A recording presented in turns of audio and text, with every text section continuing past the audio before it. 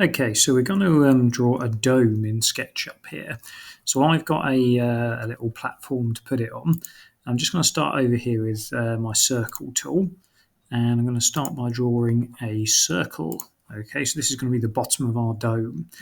What we then want to do is we want to draw or use the 2-point arc tool like that, and we want to draw, I'm just going to draw a line going across.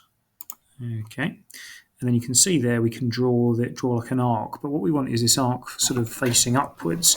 So we've got to get it on the blue axis. Okay, see that on the blue axis there.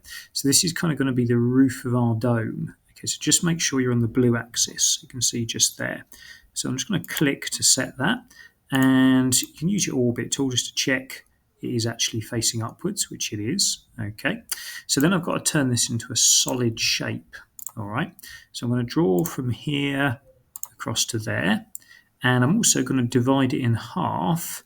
I'll find the midpoint just there and draw up again on the blue axis so we get the exact middle. Okay, so we've got this, and what I want to do is delete one half of our shape, so we're left with something a bit like that, like a sundial. Okay, now from here we're going to use the follow me tool, so we're going to drag this around the circle to make our dome. Okay, so I've just adjusted my view a bit so I can see the whole circle, because it makes it easier to pull it round.